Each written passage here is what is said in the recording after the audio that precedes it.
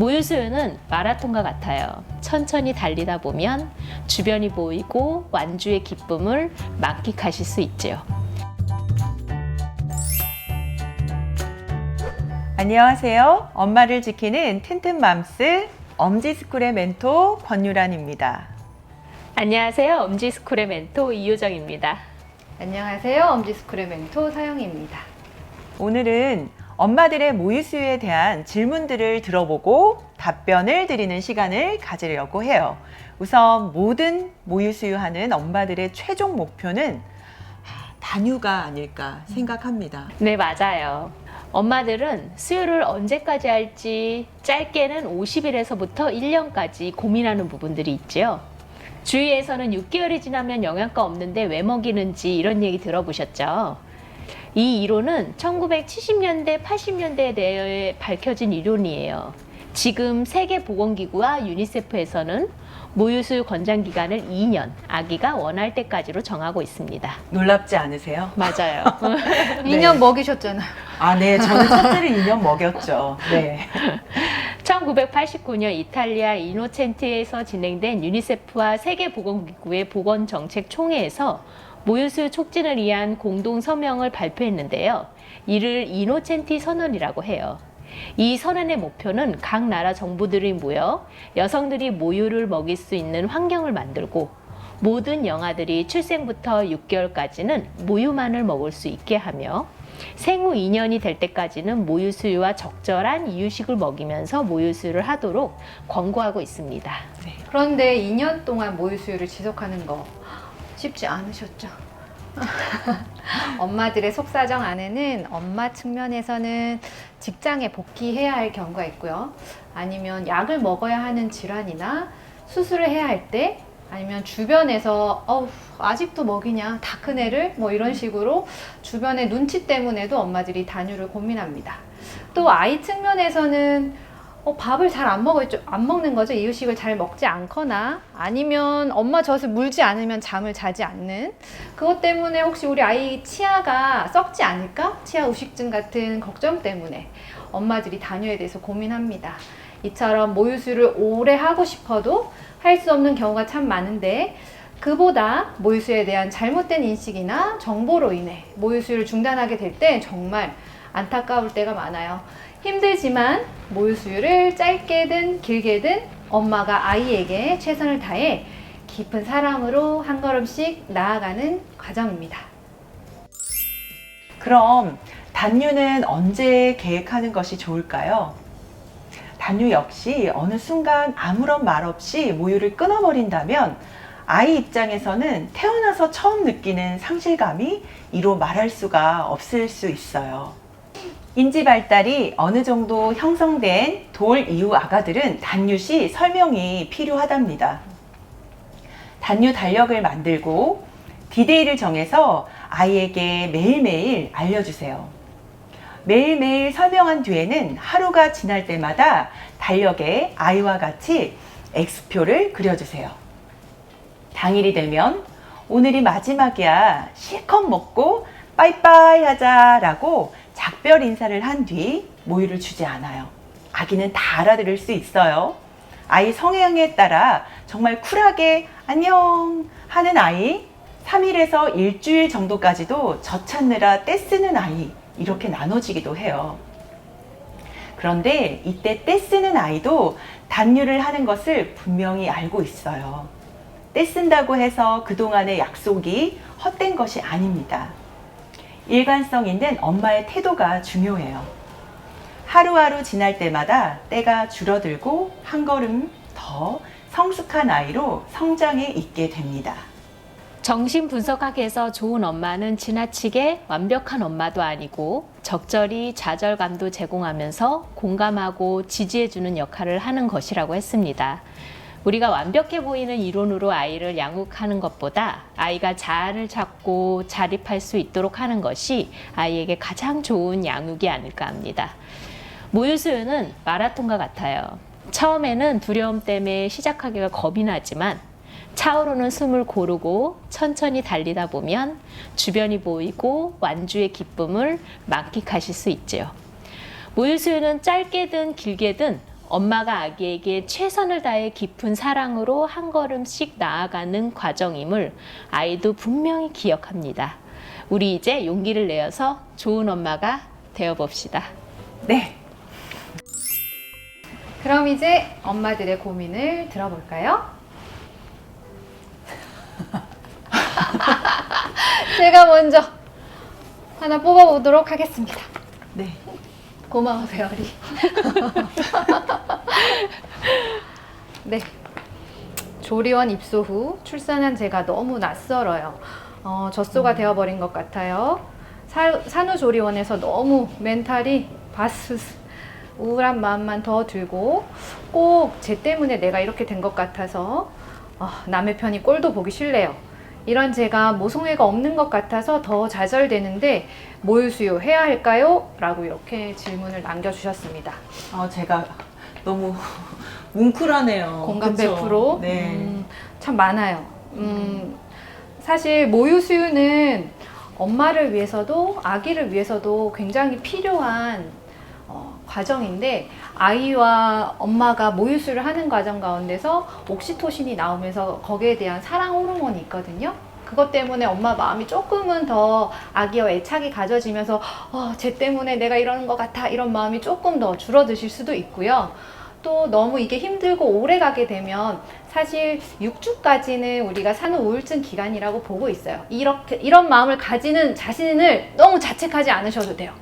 당연히 있을 수 있는 마음입니다. 그것 때문에 나는 왜 이러지? 나는 모성애가 없나 봐. 이렇게 생각하시지 마시고 이것 때문에 힘들다고 주변에게 많이 말씀하시고 필요한 경우는 상담이나 의사의 진료를 받으시는 것도 완전 추천합니다.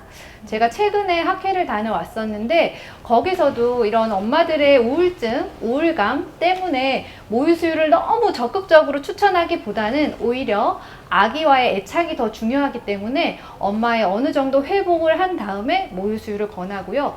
약을 드시고 있는 가운데서도 모유수유를 충분히 하실 수 있기 때문에 혹시 내가 이 약을 먹으면 수유를 하지 못할까? 이런 걱정도 안 하셔도 됩니다. 그래서 수유는 지속하셔도 되고요. 수유를 하다 보면 좋아지시는 부분도 있고요. 그래도 나는 너무 힘들다 그러면 의사의 진료를 꼭 받아보시기 바랍니다. 산후 6주 이내로는 너무 자연스러운 과정이니까 너무 자책하지 하시지 마시기 바랍니다. 네, 힘내세요, 엄마. 모유수유가 전부는 아닐 수 있어요. 못한다고 해서 실패하는 것이 아니라 내가 할 수 있는 만큼 충분한 사랑을 전달하면 그것이 아이가 가장 행복하게 엄마의 사랑을 받아들일 수 있는 것이 아닐까라고 그게 생각합니다. 더 중요한 것 같습니다. 네, 맞아요. 네. 그러면 제가 다음 고민을 뽑아볼까요? 페어리 나와줘. 고마워. 고생이 많아. 네. 뽑았습니다. 어떤 질문일까요? 네. 이제 막달인 임산부입니다. 임신을 준비하지 않은 상태에서 결혼 후 바로 임신이 되었어요. 아유. 회사에서 너무 스트레스 받으면서 태교도 제대로 못했고요. 임산부지만 음식도 조심하지 않았는데 그래도 모유수유를 해도 되는 걸까요? 가 첫 번째 질문인 것 같고요. 모유보다 연구원이 만든 분유가 더 좋은 것 같아요. 고민입니다. 아유. 네. 그런데 이 첫째 엄마는 이런 고민을 할 수 있을 것 같아요. 네. 누군가는 준비를 해서 아이가 찾아오는 경우도 있지만 준비가 안 된 상태에서 갑작스럽게 임신이 되는 경우도 있죠. 대부분 첫째보다 둘째인 경우에도 이런 경우가 많아요. 둘째를 준비해서 둘째가 생겼으면 좋겠어 하고 찾아올 수도 있지만 그렇지 않은 경우도 있을 수 있거든요.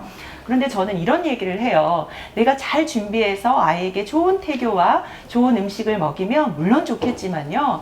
엄마가 반드시 좋은 음식만 먹어야 아기가 행복한 것만은 아니에요. 무슨 음식이든 그 음식을 가려 먹어야 된다는 것은 아니란 얘기죠. 내가 햄버거를 좋아해요. 그런데 햄버거 먹으면 건강에 안 좋다던데 모유수유에는 그런 거 좋지 않아. 임산부에게는 그런 밀가루 음식 좋지 않아. 그렇다고 그 음식이 나쁜 걸까요? 저는 산모가 먹는 어떤 음식이라 할지라도 괜찮다고 생각을 해요. 어떻게 생각하세요? 저희가 네. 8강에서 모유수유와 음식에 대한 얘기를 나눠보았을 때 굳이 제한할 필요는 없다고 말씀드린 것처럼 어떤 음식을 딱 먹으면 좋고 어떤 음식을 먹으면 좋지 않다 이런 부분이 아니라 그냥 상식선에서 건강하게 삼시세끼 잘 드시는 게 중요한 부분인 것 같습니다. 네, 맞아요. 그리고 모유보다 연구원이 만든 분유가 더 좋을 것 같아요. 어떻게 생각하면 이 답이 정말 정답같이 분유는 완벽하게 조제된 분유이기 때문에 2, 3 최고일 수 없다라고 생각할 수 있어요.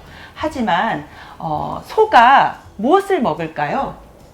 제가 이 질문을 10명에게 하면 10명이 똑같은 대답을 하세요. 소는 무엇을? 사료? 아니요. 이렇게 얘기하면 엑설런트죠. 대부분 풀을 먹는다고 표현을 해요.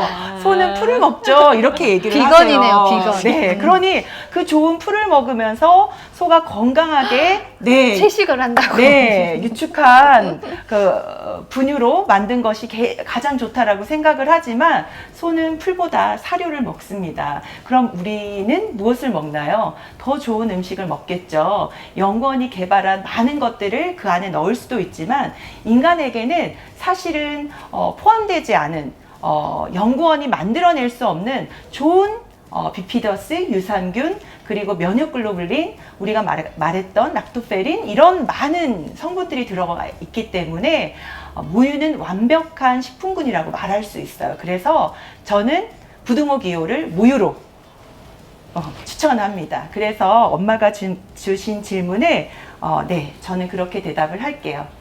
여기서 또 하나 말씀드리고 싶은 건 이 흡수율의 차이에 대한 얘기를 좀 드리고 싶습니다. 우리가 분유에 정말 좋다는 성분들의 많은 영양소를 넣기는 하지만 그게 저희 인간에게 흡수될 수 있는 부분들은 아니거든요. 우리가 분유를 만들었을 때는 소가 흡수되는 영양소에 의해서 흡수율 차이를 가듯이 저희 모유는 아이들이 흡수될 수 있는 좋은 영양소로 아이들이 잘 클 수 있다는 걸 꼭 기억해 주시기 바랍니다. 네. 좋네요. 다음 질문 네. 먹어볼까요? 어서 와.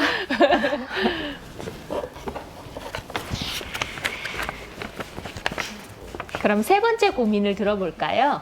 인스타그램에 남겨주신 엄마의 고민입니다. 수유 시간이 짧은 6개월 아기예요. 3.73kg로 태어난 우량아가 4개월 때 7.3kg이 된 후로 만 6개월까지 2달 넘게 성장 정체 중이에요. 체중이 늘지 않아 고민인데 수유를 더 자주 해야 할까요? 수유텀은 길지 않은 편으로 2시간 반에서 3시간 정도로 회당 15분씩 먹이고 있습니다. 수유텀에 대한 고민이시네요. 아이는 몸무게는 100일에 2배, 돌잔치 할 때 3배 정도가 크면 정상입니다. 100일 때까지 아이는 체중이 빠르게 자라고 그 이후 돌 때까지는 아주 천천히 크게 되는 거죠. 그리고 그 천천히 크는 순간에도 중간중간 급성장기와 또 정체기가 있습니다. 일단 이 아기는 100일 때까지 2배의 정상 체중으로 아주 잘 자라고 있었어요. 그런데 현재 6개월인데 몸무게 성장이 없다면 열심히 먹고 있지 않을 가능성이 있는 경우가 큽니다. 일단 배가 고파야지 아기가 열심히 먹는데 수유텀 자체가 길지 않기 때문에 성실히 먹지 않는 거죠. 나 조금 이따 또 먹을 건데? 이런 느낌. 그래서 수유텀을 3시간에서 4시간 정도로 조금 조절해 주시는 것을 추천드립니다. 배고플 때 열심히 먹어야 전유, 후유 밸런스가 맞게 되고요. 여기서 지금 6개월이니까 이유식을 추가로 시작해주면 몸무게가 느는데 훨씬 더 도움이 될 것 같습니다. 6개월 되면 이제 막 뒤집기도 하고 활동량이 좀 늘면서 체중이 좀 천천히 증가하는 경우도 있더라고요. 맞아요. 그 성장기 구간에서도 더 천천히 증가하고 또 정체기가 아주 길게 오는 부분들도 있기 때문에 이 아이가 지금 정상 체중이 아니라고 얘기할 수는 없거든요. 그냥 체중 성장이 좀 더디다라고 표현한 거지 추후에 수유텀과 이유식으로 조절을 해주신다면 크게 문제가 없을 것 같습니다. 네, 인스타그램으로 남겨주신 두 번째 고민입니다. 뽑겠습니다. 고맙습니다. 저는 건강상의 이유로 단유를 했었는데 5개월부터 갑자기 모유가 다시 나와 지금 8개월인데 모유수를 하고 있네요. 네. 분유 총량이 400에서 700 정도라 간식 보충 개념으로 주고 있는데 모유를 보충 개념으로 주고 있다는 건 거죠. 아기가 큰 상황에서 단유하려니 아기가 힘들어해요. 아기가 상처받지 않게 단유하고 싶어요. 라고 해주셨어요. 일단 갑자기 모유가 다시 나와서 8개월인데 수유를 하고 있다고 하시네요. 그래서 우리가 단유를 했다고 하지만 만약에 엄마가 좀 짜고 계셨거나 아니면 아직 그 모유를 만드는 호르몬 자체가 좀 높으셨다면 엄마도 모르게 엄마는 느끼기에 그냥 안 짜고 봐서 말랐다고 생각하셨을 수 있지만 나올 수 있습니다. 그리고 사실 아까 6개월 이후부터는 우리가 이유식을 같이 먹잖아요. 그래서 8개월부터는 수유를 간식 보충 개념으로 하시는 게 맞습니다. 그래서 모유나 분유는 점점 줄여가시는 게 맞고요. 그 다음에 이유식을 잘 먹고 있는지 확인하시면 됩니다. 그리고 마지막으로 아기가 상처받지 않고 단유를 하고 싶다고 하셨어요. 아까 우리 처음에 말씀하셨던 것처럼 우리 달력으로 해가지고 우리 이날 끊자 하고 X표 하면서 이제 마지막 날 됐을 때 안녕 하는 방법 우리 배웠잖아요. 그렇게 아기한테 꼭 말해주시면서 우리 이날 단유하자라고 얘기하시면 좋을 것 같고요. 또 특히 이제 8개월 이후로 넘어가면서 다양한 음식을 섭취하면 아기들이 세상에 이렇게 맛있는 게 많았어 라면서 나의 관심이 엄마 모유나 분유에서 이렇게 세상에 맛있는 음식으로 좀 넘어갈 수 있습니다. 그래서 많은 음식들을 자꾸 경험하게 좀 해주시면 아기가 덜 상처받고 아주 자연스럽게 잘 단유하실 수 있으리라 봅니다. 제 경우에는요, 둘째 아이 경우 18개월까지 몰수했는데요. 돌 이후부터 하루에 한 번 먹이는 거죠. 그런데 제가 사실 돌쯤 돼서 단유를 하고 싶었거든요. 근데 이제 남편이 이제 조금 더 먹이자라고 해서 제가 한 추석까지 한 6개월을 더 먹이는 걸 남편이 권했어요. 그래서 제가 6개월을 더 먹이고 추석 때 단유해야지 하고 아기에게 그 설명을 했거든요. 정말 신기하게도 추석 당일날 아기가 젖을 찾지 않았어요. 하루에 한 번 먹는 젖을 자기가 스스로 그냥 먹지 않는 거예요. 설명은 이전까지는 했지만 당일날엔 제가 해주지 않았거든요. 신기하게 아이들은 그날을 알아요. 그리고 오히려 엄마들 같은 경우에 단유를 하고 나면 엄마가 아쉬워. 더 서운해 하시기도 하세요. 맞아요, 그쵸? 맞아요. 어떠세요? 오히려 이렇게 표현해요. 멘토님, 제가 질척대는 거 아닌가요? 이렇게. 끊었다가 다시 내가 먹이고 싶어. 네. 아이는 오히려 단념을 너무 잘하는데 네. 제가 너무 질척대서 너무 서운하고요. 그런 말씀을 많이 하시거든요. 네. 의외로 아이들은 미리미리 얘기해주면 단념이 생각보다 빠르답니다. 근데 저희가 얘기해주지 않고 끊으려고 하는 부분들이 있기 때문에 그런 분들이 조금 안타까운 것 같고 우리 지금부터 아이에게 천천히 준비할 시간을 주는 게 좋을 것 같아요. 네. 그럼 마지막 질문지는 어디서 뽑아볼까요? 배어리가 다시 오시나요? 배어리! 감사합니다.